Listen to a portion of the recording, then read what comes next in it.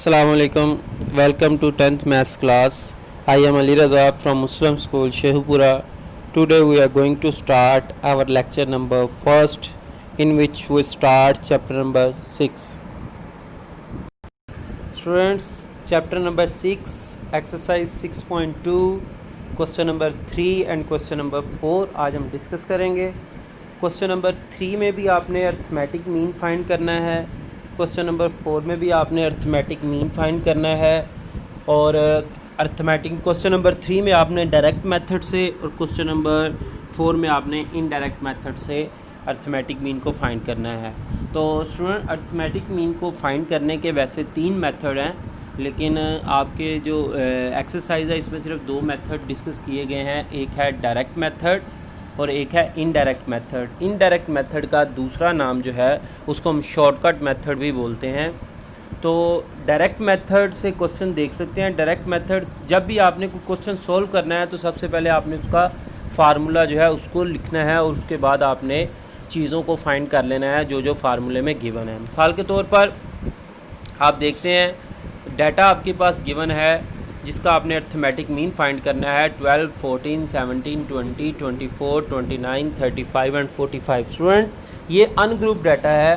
सबसे पहले आपने जब भी कोई चीज़ फाइंड करनी है, जैसा कि आपने अर्थमेटिक मीन ही फाइंड करना है जिसको उर्दू में औसत बोलते हैं, अगर यही आपने फाइंड करनी है तो देखना है कि आपके पास जो डाटा गिवन है वो क्या है, ये ग्रुप्ड है या अनग्रुप्ड है. अब पहले ग्रुप और अनग्रुप में आपको डिफरेंस पता होना चाहिए. ग्रुप डाटा वो होता है ऐसा डाटा जिसमें फ्रीक्वेंसी गिवन हो. सादा सी डेफिनेशन है, data in the form of frequency distribution is called group data. ऐसा डाटा जिसमें फ्रीक्वेंसी गिवन हो उसको हम ग्रुप डाटा बोलते हैं. और ऐसा डाटा जिसमें फ्रीक्वेंसी ना गिवन हो, मींस कोई तादाद गिवन ना हो, फ्रीक्वेंसी का मतलब तादाद है यहाँ पर, और ऐसा डाटा जिसमें फ्रीक्वेंसी गिवन हो वो ग्रुप डाटा होता है, और जिसमें फ्रीक्वेंसी गिवन ना हो वो अनग्रुप डाटा होता है. ग्रुप डाटा में आपके पास जो डाटा गिवन होता है उसमें क्लासेस बनी हुई होती हैं और अनग्रुप डाटा में कोई भी क्लासेस नहीं बनी हुई होती. तो ये आपके पास जो डाटा है ये अनग्रुप डाटा है, तो आप उसको नाम दे देते हैं एक्स का. अनग्रुप डाटा का फार्मूला है, डायरेक्ट मेथड का फार्मूला है. स्टूडेंट, साइड पे लिखा हुआ है एक्स बार से मीन को डिनोट किया जाता है. X bar is equal to summation x over n. Summation x इसमें डिनोट करता है सम ऑफ ऑल वैल्यूज़, जितनी भी वैल्यूज़ हैं उन सब का सम जो है वो समेशन एक्स के इक्वल होता है. और n stands for number of values के कितनी वैल्यूज़ हैं. सबसे पहले हमने वो जो डाटा है उसको एक्स का नाम दे दिया और एक्स लिख के 12, 14, 17, 20, 24, 29, 35 एंड 45. जब हम इसको सम करेंगे, किसी भी चीज़ को जब आप सम अप करते हो तो उसके साथ सिग्मा का साइन लगा देंगे. जब आप स्टैट्स से रिलेटेड क्वेश्चंस को सॉल्व करते हैं, मीन फाइंड करना हो, मोड फाइंड करना हो, मीडियन, आगे जो जो चीज़ें आती जाएंगी उनको मालूम करना है, तो जब भी किसी चीज़ को आप प्लस करते हैं तो उसके साथ समेशन का साइन लगाते हैं. तो समेशन एक्स आपके पास स्टूडेंट्स आ गया 196. तो एक्स बार आपने फार्मूला लिखा हुआ है summation x over n. Summation x आपके पास आ गया 196. अब n क्या है? n stands for number of values or number of terms or number of observation. अब आप इन वैल्यूज़ को गिन लें कितनी है. 1, 2, 3, 4, 5, 6, 7, 8, ये जितनी वैल्यूज़ हैं इनको काउंट कर लें तो ये 8 वैल्यूज़ है. तो n आपके पास आएगा 8. अब 196 को जब आप 8 पे डिवाइड करोगे तो आंसर क्या आएगा? 24.5. तो ये इसका मीन निकल आया. अब स्टूडेंट्स, क्वेश्चन नंबर इसका दूसरा पार्ट जो है वो आपने खुद से करना है.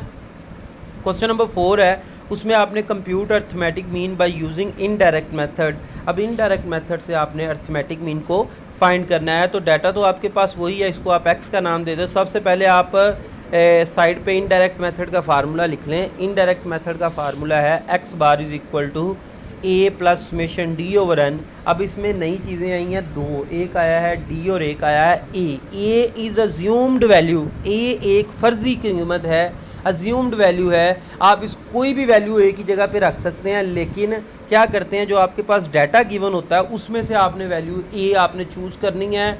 जो मर्ज़ी चूज़ कर सकते हैं आप. 200 ले सकते हैं, 225, 350, जो मर्ज़ी वैल्यू आप इसमें से चूज़ कर सकते हैं. तो नॉर्मली जब भी आपने ए को अज्यूम करना है तो जो डाटा आपके पास गिवन है उसमें से सबसे छोटी वैल्यू को आप अज्यूम करें, क्योंकि छोटी वैल्यू अज्यूम करने से क्या होता है कि आप साइन से, नेगेटिव साइन से जो है वो बच जाते हैं.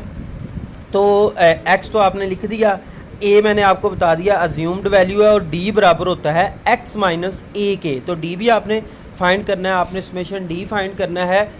तो समेशन डी किस तरीके से फाइंड होगा? समेशन डी फाइंड करने के लिए, समेशन डी को फाइंड करने के लिए फार्मूला है x माइनस ए का।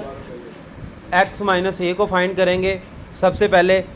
तो a मैंने आपके सामने लेट कर लिया, a आपके पास है 200, तो d बनाते हैं जी। d किस तरीके से बनेगा? x माइनस ए, x है 200 और a भी आपने 200 ले लिया है। 200 में से 200 माइनस किया 0, उसके बाद 225 में से 200 माइनस किया तो 25, यानी कि x की जितनी भी वैल्यूज़ हैं सब में से आपने a को आपने माइनस करना है। तो सब में से आपने a को माइनस किया और a आपने 200 सपोज किया हुआ है, तो 200 में से 200 0, 225 में से 200 माइनस किया 25, 350 में से 200 माइनस किया 150 और 375 में से करेंगे 175, 270 में से करेंगे 70, 320 में से करेंगे 120 और 290 में से करेंगे 90। तो स्टूडेंट जब आप d को प्लस करेंगे तो समेशन d निकलेगा, वो क्या आएगा? 630।